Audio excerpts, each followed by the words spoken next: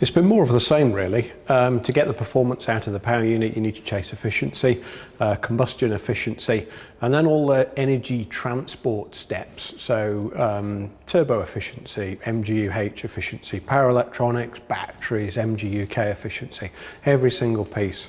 We work on just to improve the performance out the back of the crankshaft, and also working to make sure that we don't have any of the problems that we had last year with durability. So really getting down to the root cause of issues and making sure that across our whole process everything's robust.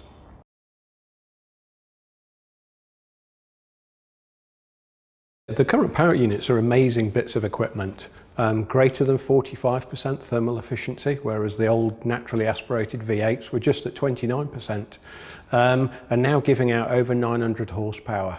From an engine with just 100 kilograms an hour of fuel going into it. The last time we had over 900 horsepower was 2005, when we had 194 kilograms. So half the fuel rate, the same amount of power. Incredible technology.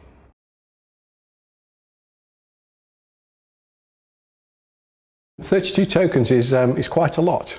We haven't had to restrict any of our development activity. It's been a case of anything that yields a decent efficiency improvement, so a decent car performance improvement. We've worked on it, and now we're working to make sure that it's durable in time for Melbourne.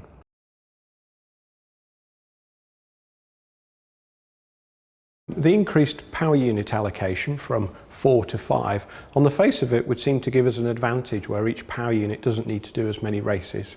But the way we're approaching it is that we will plan to use just 4, 5 per power unit, 5 races per power unit, and hopefully that will allow us to react if we have a reliability issue, or potentially use it as a performance update during one race.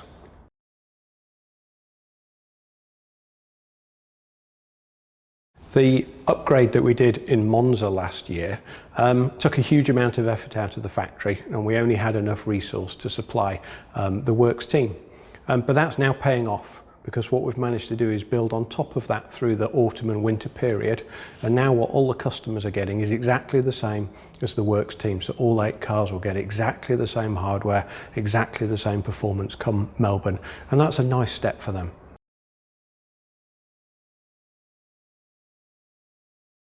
Our mid-season update had a very big, sizable Petronas fuel improvement, and then later on in last year we introduced a new lubricant. We've managed to build on those in the way we've designed the combustion system, and also enhanced the lubricant's properties to make sure that the friction in the engine's reduced.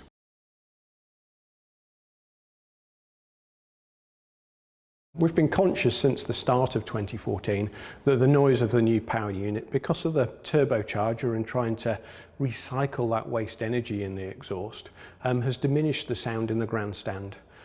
The FIA did a very nice piece of work to analyse the noise in the tailpipe and see what could be done to improve the noise but without impacting the performance. And what they spotted was that the wastegate, which is open sometimes, is connected into the tailpipe. And when the wastegate's not open, it's a dead end. It's a side branch resonator or silencer on the main tailpipe.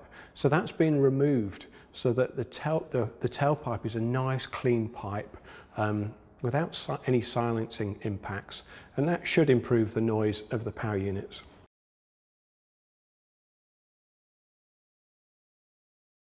Manor Racing, a new customer for us this year, a good team, a small team, but taking it very pragmatically. Been working very closely with them. We've got a very detailed integration manual and instructions on how to fit the power unit, what to do, what not to do, and they've been a great team to work with, and we're looking forward to see how winter testing and then the first race goes.